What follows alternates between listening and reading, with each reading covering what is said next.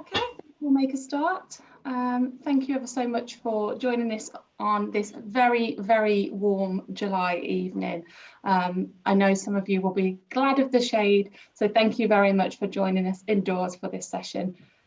For those of you that are new to Tech Wednesday, thank you ever so much for joining us. Tech Wednesday is our monthly meetup, usually for the Midlands community, but whilst we're virtual, obviously we're welcoming everybody from around the UK and also a few international attendees. So thank you ever so much for joining us. Throughout the evening, if you'd like to take the conversation online, you can tweet us at Tech Wednesday or at Bruntwood SciTech. The two handles are on your screen. Please use the hashtag TechWeds, and that will help us to keep it all in one place as we go through the evening. And we can kind of shout about the speakers on there, and any feedback that you've got, please do let us know. This evening, I am joined by three lovely guests. I'm joined by Stuart and Sami from Round Midnight. So Round Midnight are a creative arts company. They're delivering all sorts of amazing theatre and drama workshops within the education sector.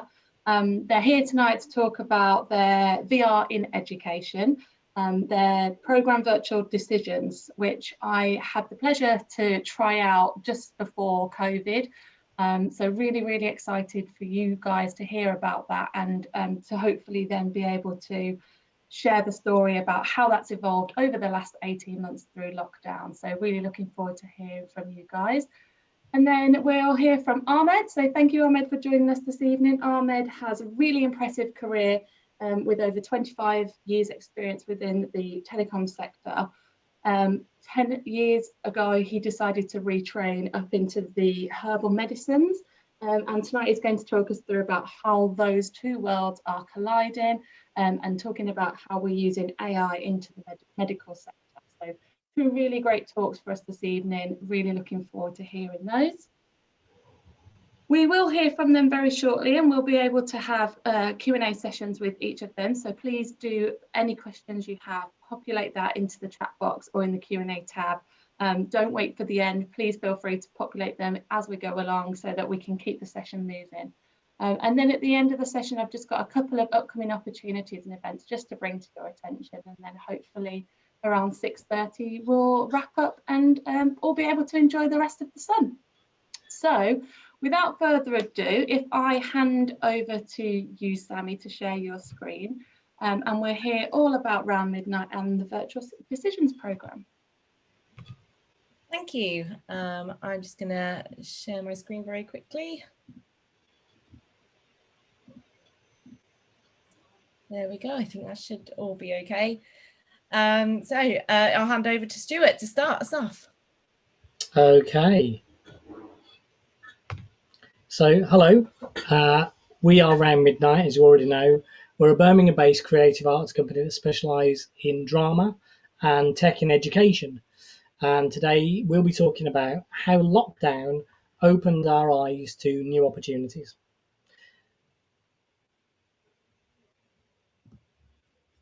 My name's Sami Cornick. I'm the development manager of Round Midnight. And Stuart Lane is the director and the co-founder of Round Midnight. Theatre in education has always been at the heart of what we do. Since 1992, we've used creative practices to engage young people with topical issues that affect them day to day. We bring education to life through drama, and over the years have worked with over 200,000 young people. Our ethos of creating positive change using the arts has evolved over the past 2 years to include tech, with a focus on virtual reality. Through funding from Innovate UK's Audience of the Future Awards in 2018, Round Midnight developed a virtual reality programme for young people called Virtual Decisions. The aim of what was initially a prototype was to help participants analyse critical decision-making processes and explore the potential consequences of their actions, particularly around the subject of gangs, grooming, peer pressure and criminal exploitation. And here's a short trailer for Virtual Decisions.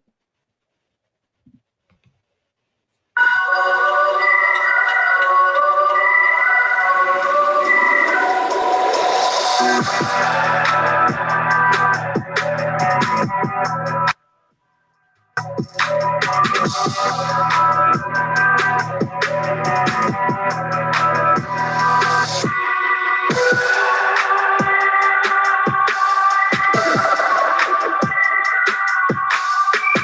you to do something, then you do it. You want more of that?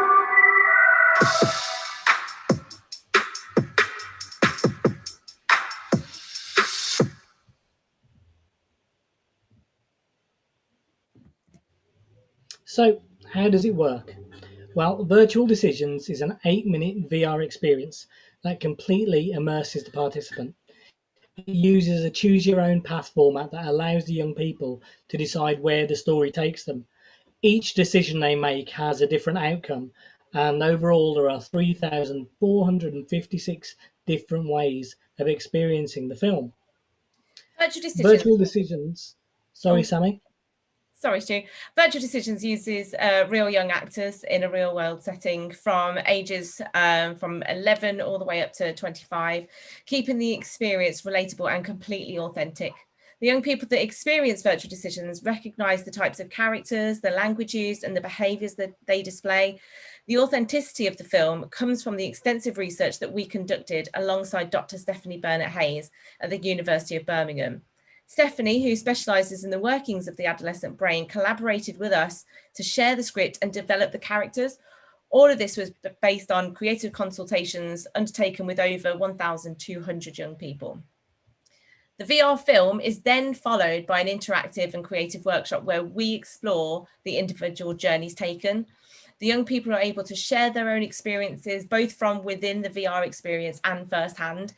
They open up about issues they may be concerned about and making this a fully user-led and user-shared experience.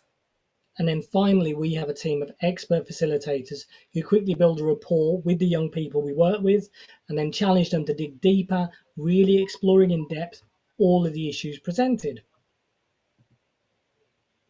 In March 2020, before the COVID pandemic, Round Midnight were having a very successful year. We were trialling our Virtual Decisions programme in schools. We also had 5 theatre and education tours booked and being delivered to secondary schools. There were curriculum and creative arts based workshops. They were being delivered in primary and secondary schools. We had arts festivals planned in China. We had creative training programmes to further education providers booked, an award-winning youth theatre, creative arts holiday provision, all booked in. And as soon as the lockdown began in March, all of this and any other planned work was cancelled. Now, because we're a creative and incredibly passionate bunch about what we do, we had to find a way to turn the situation into a positive. The enforced pause gave us time to develop and progress as a company, and we focused and drilled down on how Round Midnight could move forward. No longer able to take live performances into schools, we used the time to network with new sectors, meet business advisors, funders, other agencies who wanted to partner with us, and utilise the advice we were given to reimagine our service delivery. So we decided to focus completely on the development of the Virtual Decisions programme and reevaluate how to deliver the product in a COVID-safe way. It helped us work more efficiently and we improved revenue, reinvigorating the brand, whilst keeping our core values at the heart of what we do, and that is to innovate, inspire and inform. So when schools returned in March 2021, because we had reimagined the delivery of our services, we were able to respond to the needs of educators across the country and hit the ground running, pushing forward with socially distanced Virtual Decisions delivery. Experiencing the life-changing impact that Virtual Decisions has on young people that we work with encouraged us to reach out to new markets. And so as a result of that, the programme is now funded by local authorities and police teams and probation units as well. And that helps us support vulnerable young people and their families. So as Stuart said, we're working with many different organisations and funding bodies across the country. Some of those we've got listed here. So we're funded by the Greater Manchester Magistrates Association, West Midlands Police, West Mercia Police, West Midlands Youth Offending Teams, different local authorities and violence reduction units across the country as well. In this academic year, despite 3 lockdowns, we have delivered 150 workshops in schools, reaching in excess of 1,100 vulnerable young people, which we're incredibly proud of. Absolutely. So lockdown forced us to focus on the parts of our business that could thrive once restrictions eased. And focusing on VR rather than traditional theatre and education has had a massive impact on our business. And through that funding and the commissions that we've got, the Virtual Decisions programme is continuing to expand. We've got things like the development of a violence reduction curriculum that's in partnership with the Greater Manchester Violence Reduction Unit. It's also being licensed by neighbourhood policing units in West Midlands, which is starting this coming September. And recently there's been the creation of the Virtual Decisions Instagram account, which is specifically targeted to our young participants. And we're also creating more VR in education content, starting with the brand new Virtual Decisions Knives. Funded by West Midlands Police and the Home Office, Virtual Decisions Knives is the second instalment of our wider Virtual Decisions universe. The new film, Virtual Decisions Knives, was filmed in April 2021, and it explores the reasons to why young people may carry a knife and what the consequences of that might be. The film is now currently being trialled in schools across Birmingham, and the response has been absolutely fantastic. The young people have loved it, and they're opening up in so many amazing and important discussions with us about their thoughts on knife crime. So far, 97% of participants who have been part of our trial have said that after seeing the Virtual Decisions Knives film, they are now more likely to consider the consequences of their actions. We're really, really proud of how the trial is going. Virtual Decisions Knives will be officially launched in September and licensed ready for delivery across Birmingham schools by West Midlands Police. And here's a little teaser trailer for the Virtual Decisions Knives film.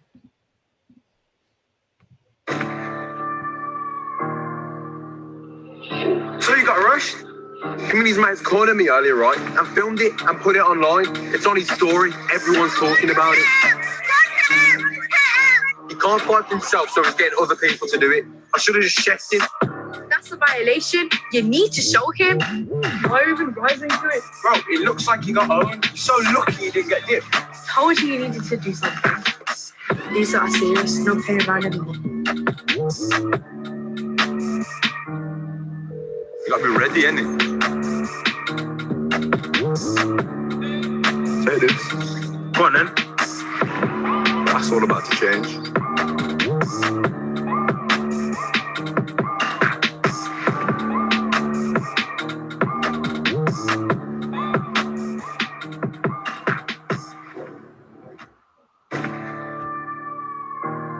We're really thrilled that the work that we're doing is being recognised.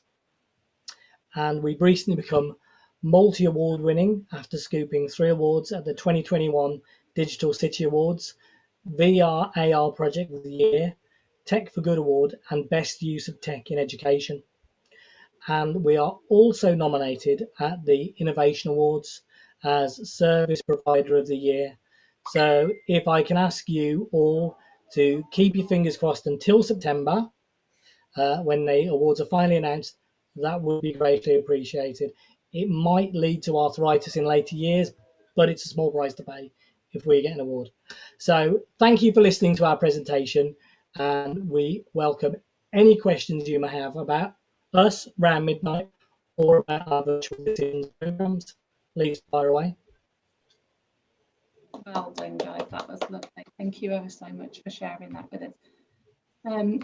I always say, and I've said to you, Stu, before, the way that I kind of explain the virtual decisions is if you've ever done Bandersnatch on Netflix, it's a VR version of that. So you put the headset on, you're faced with many questions, and you have to make the decision on, are you going to follow the gang? Are you going to go against it? What are the consequences of either, you know, each decision you make? So it really took me in, you know, and I was a 28-year-old doing it, let alone, you know, the fantastic work you're doing within school. So it's really, really tech for good, great work that you're doing. And it's great to hear, Sami, that those percentages are so high and really making a difference. So yeah. Thank you ever so much for your presentation, and also thank you for the work that you're doing. Please do pop your questions in the chat box or in the Q&A tab. I'll kick one off for us just whilst you are populating those. So how do you imagine that the VR programme, Virtual Decisions, will be used for other subjects going forward? Well, we've already got ideas of where we want to take the programme. So as you know, we've got Virtual Decisions gangs, we've got Virtual Decisions knives. We've been talking to police teams about the possibility of Virtual Decisions county lines, which is a huge topic that many schools want to cover. The police want us to cover that as well. We've been in talks with the Walsall Council about doing one for young carers. Radicalisation is another topic that's come up. So I think in terms of PSHE and keeping it in school in terms of that kind of education, there's so many topics that we can use, but other people are also saying, oh, can we bring this out of the PSHE? Can we look at other topics as well? Training for organisations. Anything else you want to add there, Stu? Yeah, someone was talking to us about, one of your colleagues, Stephanie, was talking to us about the possibility of doing something for startup businesses and decisions that you're faced with as a new business, as a new enterprise, and the sort of time limit you have to make those decisions, and then looking at where that journey takes you with the different decisions you make, the kind of investment you can have, whether you go with an angel investor or something else. And we were really keen to do that because it would really help us in terms of a business, knowing where we should go for help. Yeah. So that would be really, really good. So there's loads of different permutations, loads of different routes we could go down, not just PSHE. Yeah, and I think whatever we do, you know, everybody says to us, it's so immersive, it's so realistic, it's so engaging. So whatever topic we do, it would just really grasp that audience. Yeah, absolutely. I think, you know, that entrepreneurial journey, as many people on the call will you know, understand, is all about those decisions, and one decision really does affect the next, doesn't it? So it'd be really great actually if that was to come to fruition and we could get something going with that. Any more questions in the chat? Let's have a look. Don't know, Ahmed, whether you've got any questions whilst we're all here. Yeah, just the one. How big do you think the scope is for work like this? Because when I've seen stuff like this and I think it's brilliant, I'll be honest with you, because that's the only way you can understand what the other side is feeling when you immerse yourself into it. Absolutely, yeah. So in terms of the scope, do you mean, you know, so we've got the 2 subject matters at the moment. Now, what we want to do is initially get it into every school in Birmingham, and then every school in the UK. We're at the moment we're working with Birmingham and Manchester, and we're using 2 different models, and we're just trying to figure out what's the most effective. In Birmingham, they're going to use community police officers to work with young people who are vulnerable, who are on the periphery of crime. In Manchester, they're working with schools, just a cross section of schools, primary and secondary, and it's going to be teachers delivering it. So at the moment, it's us delivering the work, and that there's obviously limitations to that. We're a small team. We're really, really good at it. I'll be honest. We'll blow our own trumpet. We're really good at delivering the work and engaging with the young people, and so we need to get that across and just make sure that the schools and the police units get the same responses and get the same level of engagement. They'll get it from the film, but they need to also get it in the workshop. And so we're looking at what method works best. I'm going to turn it off, keep dinging. Sorry about that. And then also looking at really, really scaling up from there. And I'm looking at, you know, years in the future, where if we make a real dent in the UK market in terms of violence reduction, so that's who we're working with, violence reduction units. But if we can then work with police or the equivalent of violence reduction units in other countries. We've been in talks with Department of International Trade, and this is something that we could take to a different market internationally. And obviously, rather than using the films that we already have that are very local and very specific to Birmingham or the UK, it would be looking at the issues that are in those areas, working with the young people there, researching with them, and them working with them to create a VR experience that could then be rolled out in that area. So it's endless, really. I'm interested to know what kind of age you're targeting. As I said, you know, it took me by surprise, the decisions that I was making as an adult, let alone, you know, somebody who kind of hasn't grasped the world as we know it yet. So yeah, what kind of age do you work with in these workshops? So the target age for both of these programs when we designed them was Key Stage 3. So that's year 7, year 8, year 9. So age between 11 and 14. What's happened since that, though, is that many people, schools and police teams have come to us and said, we need to be targeting young people much younger, because this is affecting younger people and it's getting younger. So we need to get in there before it happens as a really early intervention tool. But we're also working with young people that are much older, so 17, 18, that have maybe been arrested for the first time, and rather than going to court or going to prison, they are on a custodial order. So using these programs, we can look at, okay, so you've made this one mistake, but how can we move forward? So it's really grown. The age gap has grown. Yeah,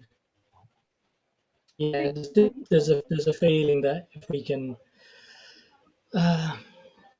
educate young people, you know, far younger than secondary school. Some people think that by secondary school, there's some damage that's been done that can't be fixed, as it were.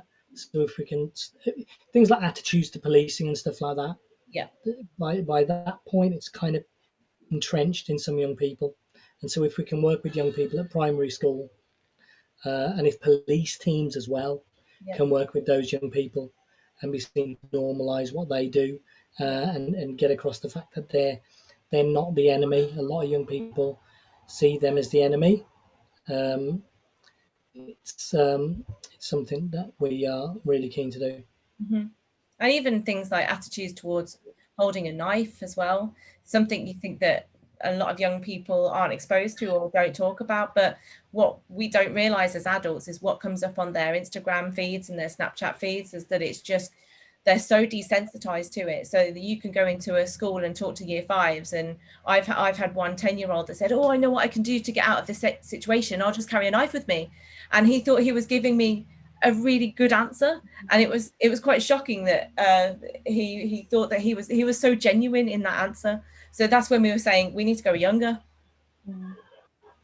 Yeah, I mean, you know, it is worrying that how young we do need to act upon it these days. The world has changed since, you know, any of us were at that age. So oh yeah, gosh, you don't really think about it, do you? But, No. Yeah, well, thank you both for your time this evening. If anybody wants to get in touch with you, what's the best way to get a hold of the Around Midnight team? You can send us an email. Should we put it in the chat? Yeah. Perfect. Well, thank you both ever so much for your time.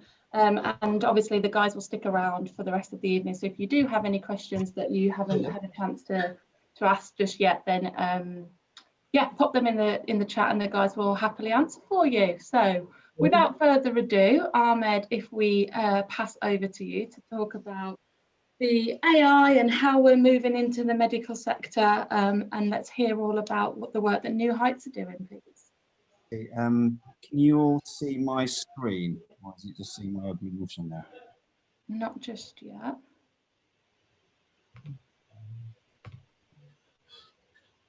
I'm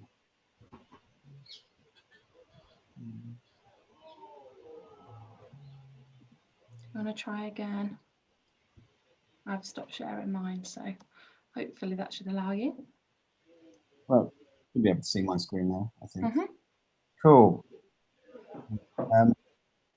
there's not many times I'm stumped for words, but that previous about the work they were doing really, made me think about a lot of things. And I don't mean that as a sycophant. It actually has stopped me in my tracks about the work, the knife stuff and that. So I will try and focus now. So,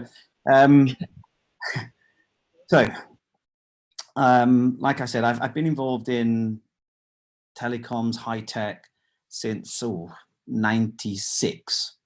I ended up doing my first bit of work down at BT's research labs down in Ipswich, and I worked on number translation of how you take an 0800 number and you make it a geographical number, so you can leave your votes for stars in your eyes. And I just think there's got to be something more to my life than doing that. From there, I moved on and I started working for Cisco. I did one of the first voice over IP structures, and we built gateways where you can make voice calls. And I had a pattern there when I was working with Cisco and BT, and that was to make your phone ring. Because as you'll probably know, in the old days, when you used to make voice over IP calls, you didn't know somebody's ringing you because there's no ringtone. So that was my job. And then the last couple of years, I've been working a lot with probability studies, looking at automating things and see how we can work. And then about 11 years ago, I retrained into phytochemistry, which is I mean, some of my cohort became herbalists, but I don't think I had the patience to deal with patients. So I went into phytochemistry, and I look at the active ingredients of plants and how they can be used. And so what happened was I started working with people, and I kept my techie side very quiet. I didn't tell anybody I could do techie stuff until somebody said to me, he says, "Oh, we're about to pay an external consultancy X hundred thousands to do a feasibility study on building an AI system." I went, "What?" And they said, "Yes, we have budgeted a lot." I mean, I was like, wow. And they said, "We would like to build a machine learning environment to build one of the first virtual consultants or a knowledge transfer for GPs."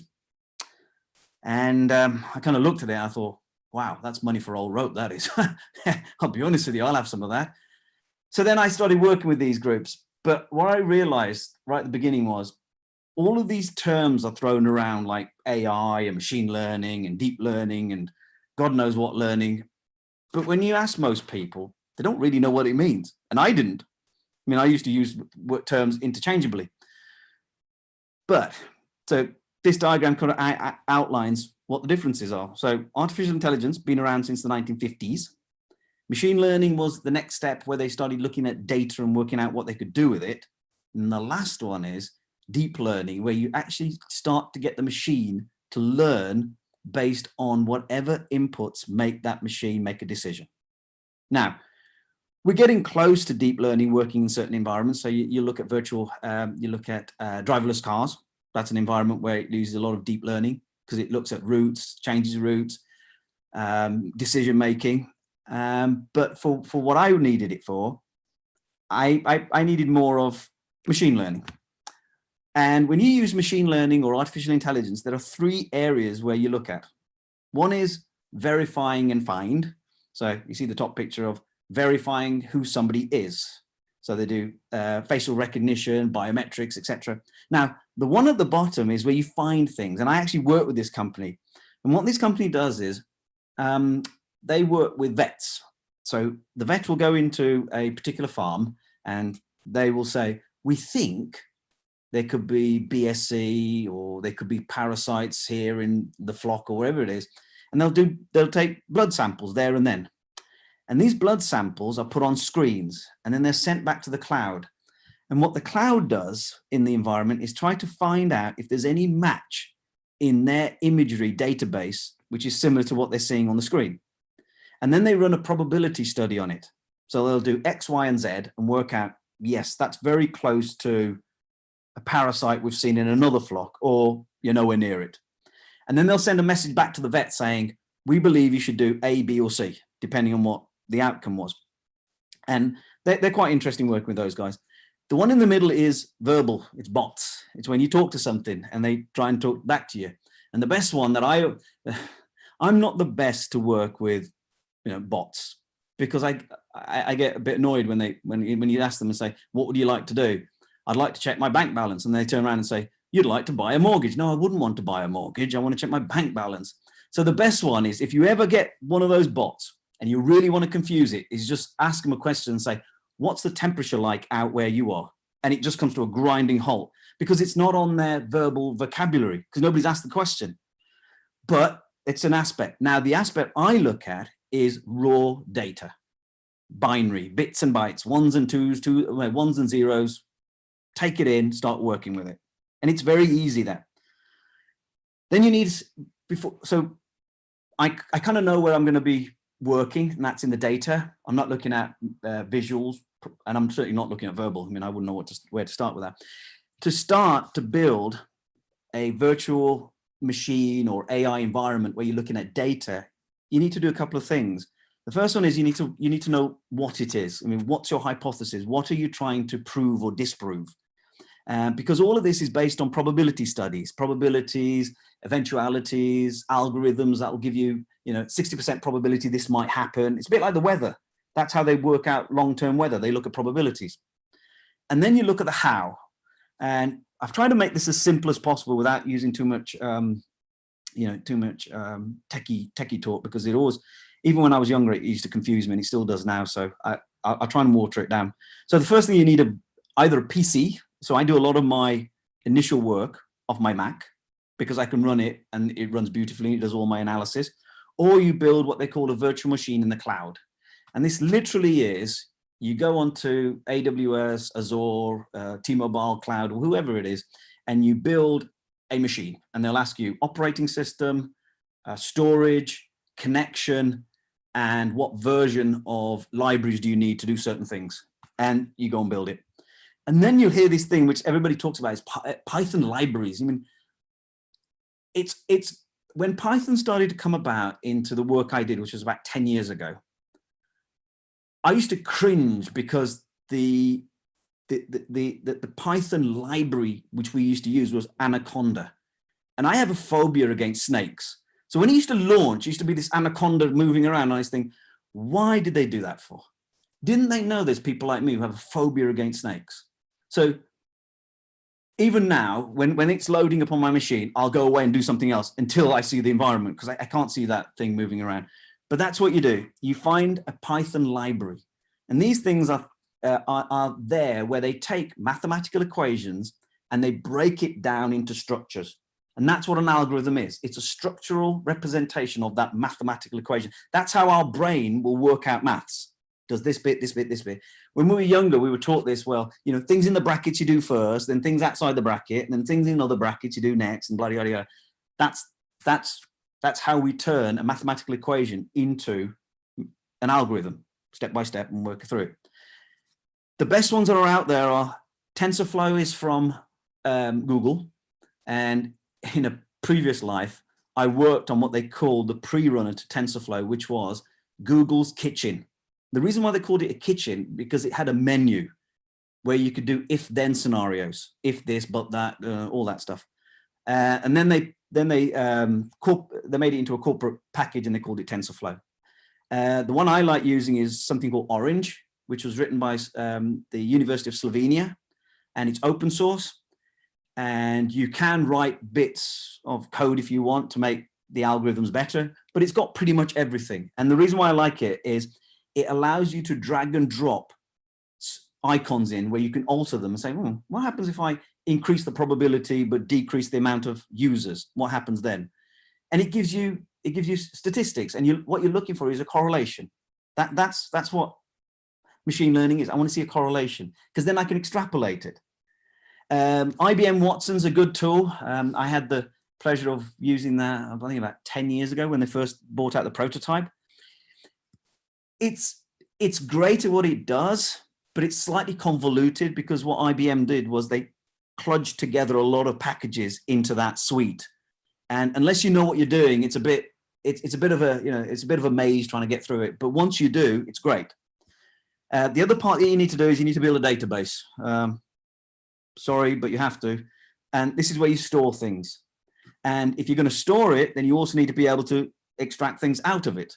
That's why you need a scripting language. I mean, I tend to use Python in Anaconda because it has hooks into Orange. So I can write it in here and it will run it straight away in an environment.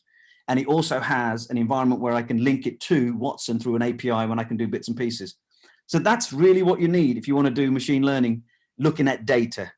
If you're looking at pictures or bots, then you'd have to look at aspects within IBM Watson, but I tend not to look at that. Now, the other thing is, I always use this diagram, and I've used it everywhere when I've ever employed somebody or worked with somebody. If you've got data in, but then masses of data out, what's the point? I mean, that's how Google Maps used to do it in the old days when they used to pick up, you know, here's a restaurant, here's this, and they used to just inundate you with rubbish. You're driving along and it'd just be ping, ping, ping, ping, ping. It's of no value because they don't know what I'm going to do, they don't know where I'm going to go. You know, it used to be so bad that you could be walking down the street and it says, there's a restaurant next to you that sells, you know, spicy pork. I'm a Muslim. What am I supposed to do with that? You know, you haven't even looked at my details. The next stage is where you'll see a lot of people, they'll take data in and you get information out.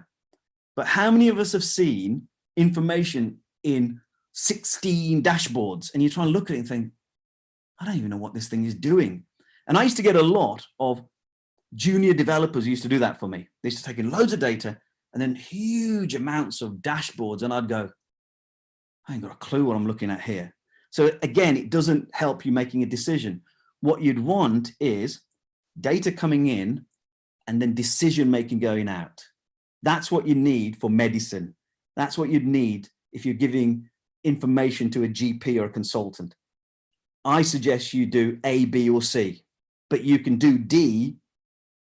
We don't mind, but we're just helping you. So that's what I do. I try and take the data in and then decision A, B, or C based on a probability.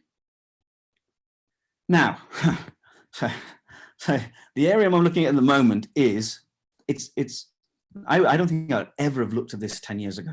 It's medicinal cannabis, which people, you know, it's amazing. Whenever I put a profile out, I'm looking at medicinal cannabis, I get lots of friend invites on LinkedIn. You know, it's incredible.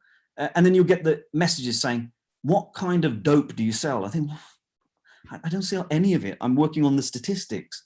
So the government in 2018 legalized medicinal cannabis. What does that mean? That means you could go to your GP and say, I'd like to be recommended to go onto the medical cannabis register. And then if your GP says yes, then you get a card saying, cool, you can now be administered medicinal cannabis. The market in the UK in 2.5, 3 years time is worth 3 billion. That's incredible. When I heard that, I just looked at it, wow, just here alone.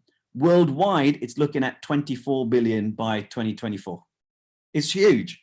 And, you know, pardon the pun, it's something not to be sniffed at. Then you go into, so I've got all this legislation saying I can go and get this stuff, but then what happens? And this is an incredible road journey. And I know people who are on this.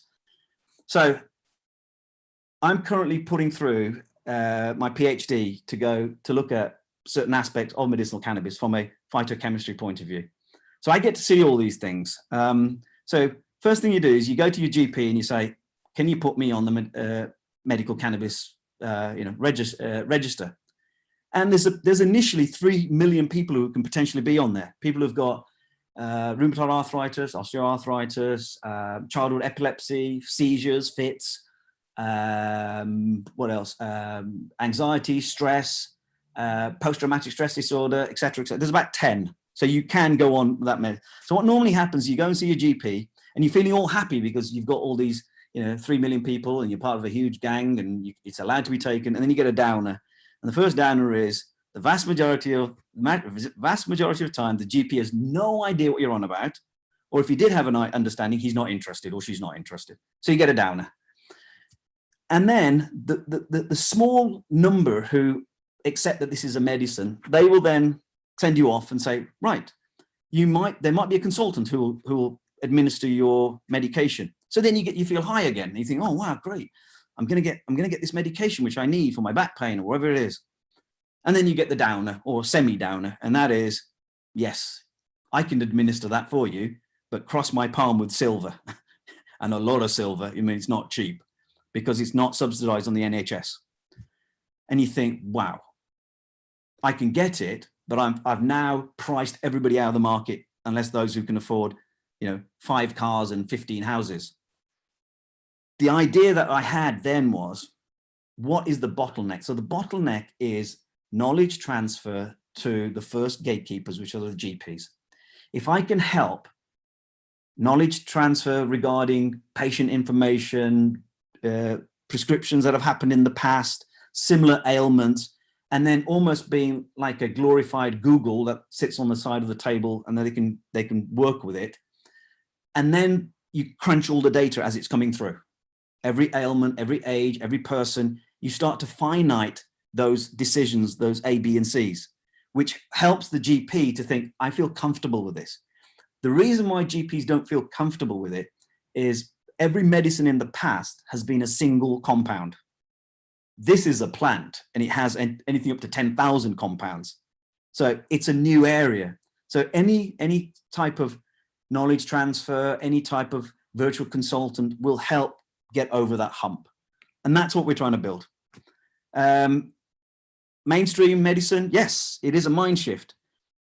Doctors recognized that they should do alternatives back in 1993. Nothing happened. The biggest headache is, I'd like to learn about alternatives, but what do I do? So I'd like to learn, but there's no courses for me to learn from. There's nothing I can read. So what happens is most GPs say, yes, it's out there, but not for me. And it's that out there, but not for me, but I'm interested in it. That's what we're trying to bridge together and see whether or not we can help them. So the solution, real simple. So on the left-hand side, there's me, Mr. Patient. Before I even turn up to my doctor with the cross on his head, and he's not an undertaker, he's actually a doctor, we get information, we get historical data, other countries, how they have prescribed this medicine, what they've done, studies, what the levels, who should have what, how many times a day. So it all comes from clinical studies and data, anonymized data from other countries. So I get the first data feed. Then I go to see my doctor and he might send me off for initial profile, blood works, blood samples, looking at certain proteins, etc., etc. So I get another data set. Then I sit with him after I've had all these, and he or she works with me for an hour's consultation. How long have you had the problem? When did you have the problem? What makes it better? What makes it worse? Blah, blah, blah, blah. And I get another data point. And then I give him, and then the doctor then prescribes something. And I get another data point, because from that data points, I get the type, the dosage, and the duration. And then finally, the normal prescription lasts for 28 days, 4 weeks.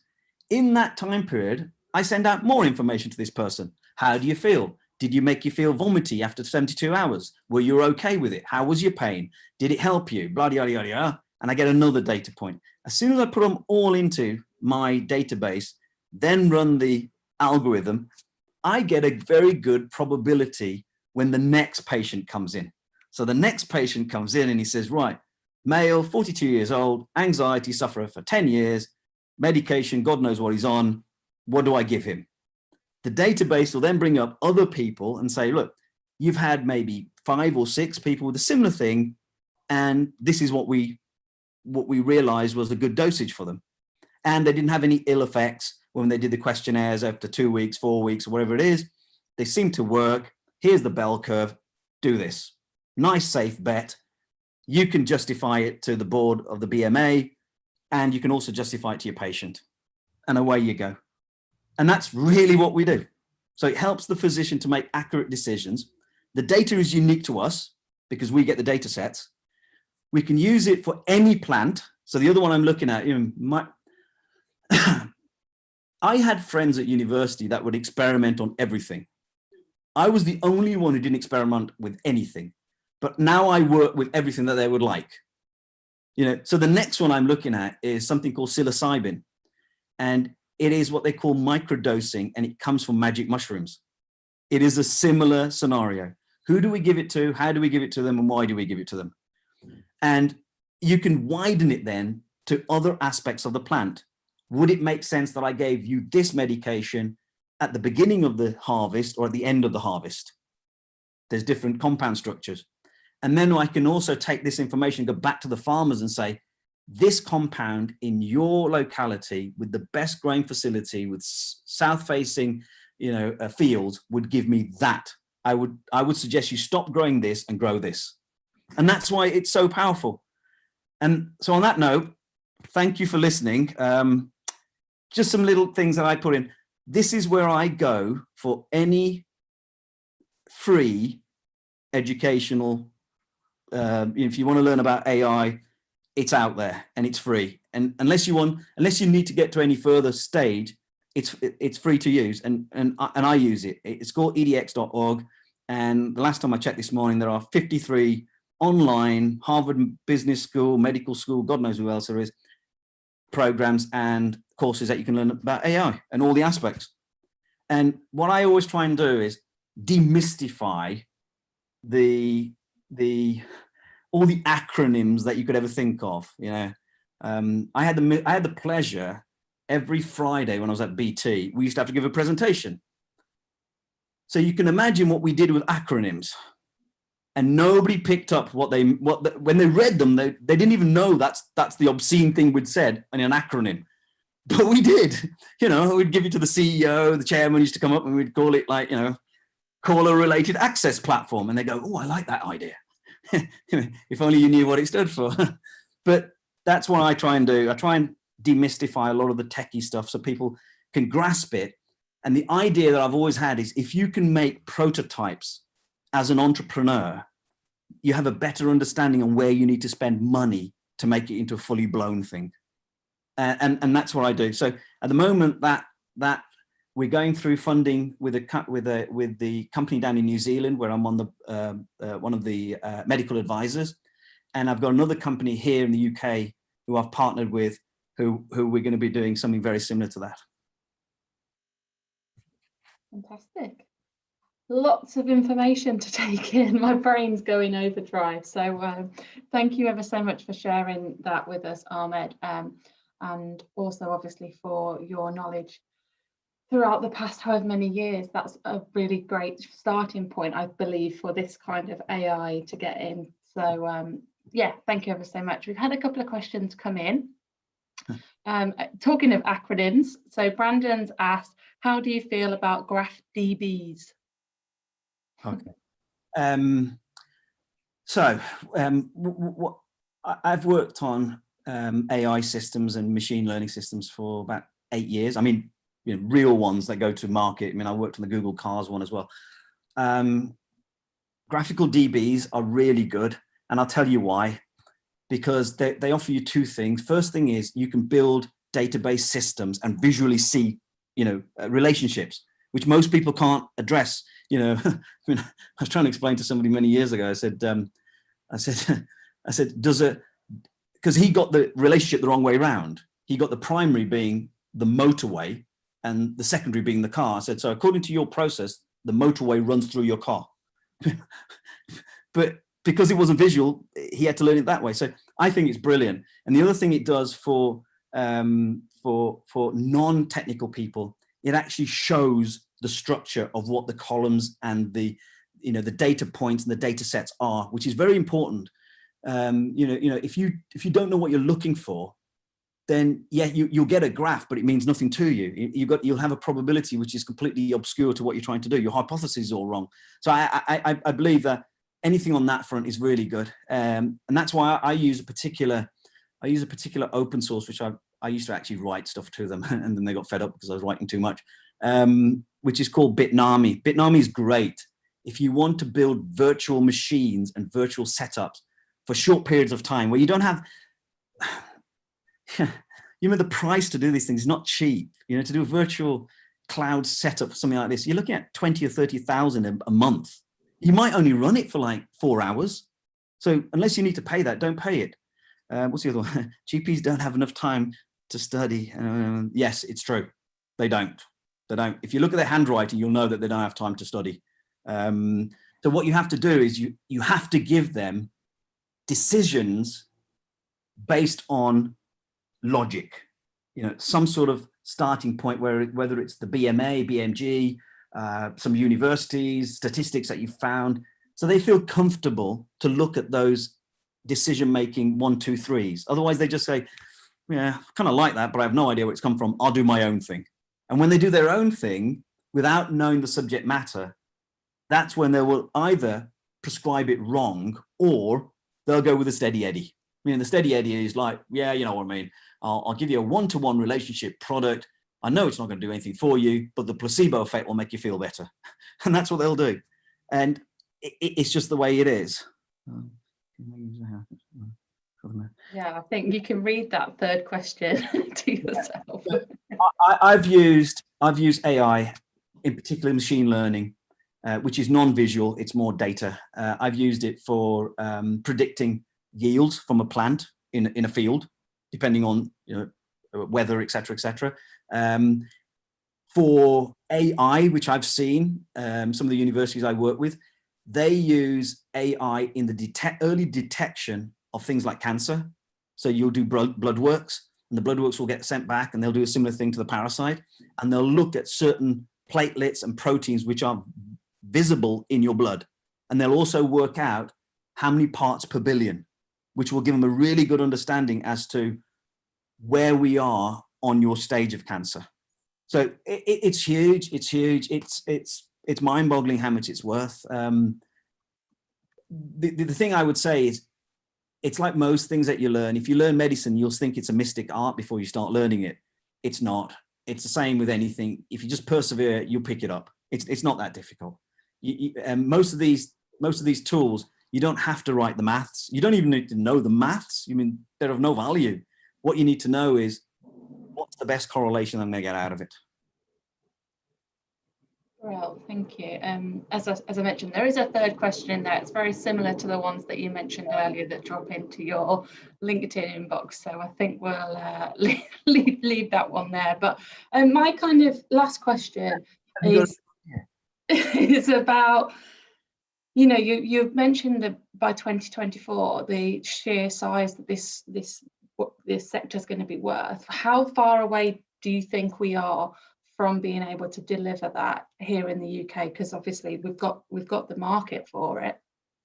Yeah, so we've got patients, so we're doing clinical trials at the moment, and yes, most of the work is peer reviewed. We have to peer review it, and we send it all around the world.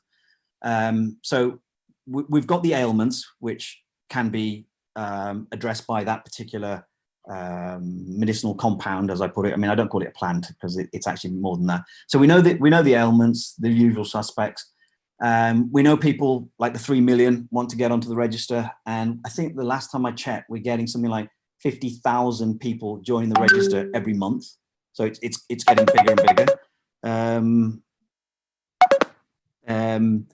The bottleneck really is, at the moment, the only people who can prescribe it are consultants. A GP can't, and a registrar can't. So they have to go on courses. So what we're trying to do is trying to help almost the registrar, using their model to teach, train the trainer. So we're training them to train downstream the GPs, who will then feel comfortable with administering this for these given ailments. And what I've had to do in my machine learning environment is restrict the number of compounds that I can give out, and restrict the number of ailments. The more the ailments, the more if you have too many ailments and too many prescriptions, you can imagine what it's going to be like. It's going to be like 10 to the power of 10 billion to get a correlation. So what you have to do is you have to narrow it first to show it works, and then you can widen it. So the bottleneck really is education. 5 years ago, I used to think that anybody who took medicinal cannabis was a complete dopehead. I believe now that it should be within controlled constraints. So a professional should be able to administer it. I don't believe it should be free and open for everybody, but that's my opinion. I'm not going with any particular political view. And I do speak to a lot of the political views. It's like, what the hell is that? But yeah, so I think it's more education. And that's the one aspect within all of this that nobody's tackled. Nobody's tackled it. When I positioned this to one of the universities here, they went, will it work? I went, I don't know unless I try it. They went, we like that though. And then it snowballed. And the next minute, from not being sponsored to I'm doing my PhD there now. It's like, wow, how did that happen? But it's education. We're not at the prescription level yet where we can get 3 billion in one calendar year. We're not. Brilliant. And I think, you know, well, thank you for your talk firstly, but the overarching kind of takeaway from this session is education, isn't it? And, you know, making sure that we get in there early and we're trained up to the right skills to be able to pass those on. So thank you ever so much. Thank you all for your time this evening. I know we're running slightly behind, so thank you, Ahmed. I'm just going to reshare my screen just to be able to show you the last couple of slides for the evening, which are some upcoming opportunities and events which I think you might like to hear about. So Spring, which is 5G, Wira, Digital Catapult, Deloitte, Telefonica are launching their manufacturing accelerator. So they're looking for manufacturing-based startups and scale-ups to address two challenges. Those innovation areas that they're looking at this time round are plant operations and site and factory monitoring.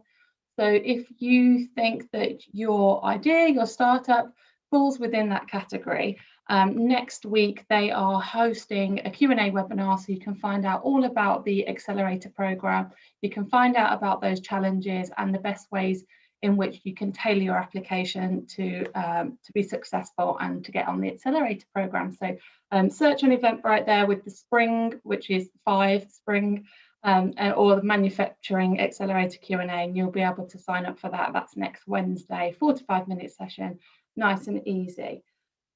The other thing I'd like to bring to your attention is SideTrade. So SideTrade are a fintech company. They are offering a 4-week coding course, which is absolutely free.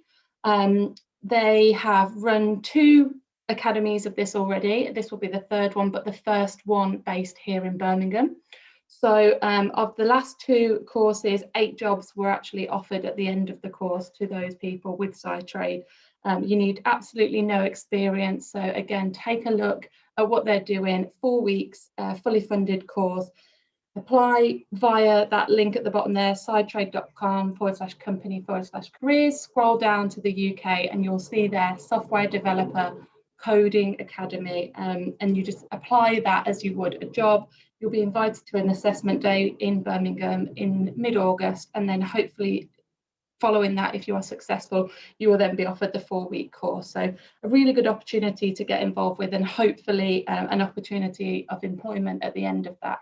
So please do share that with anybody in your network. And then the final thing that I'd like to bring to your attention is an event that we're hosting next week. So Brentwood SciTech Growth Clinic, we host it fortnightly, but next Friday, we're really excited. We've got Ross Middleham, who is the content and social lead for the Met Office. He's going to be joining us. It's a really great session. They're usually very interactive. Everybody gets a chance to kind of discuss what they're doing, any challenges that they've got, and ask any questions.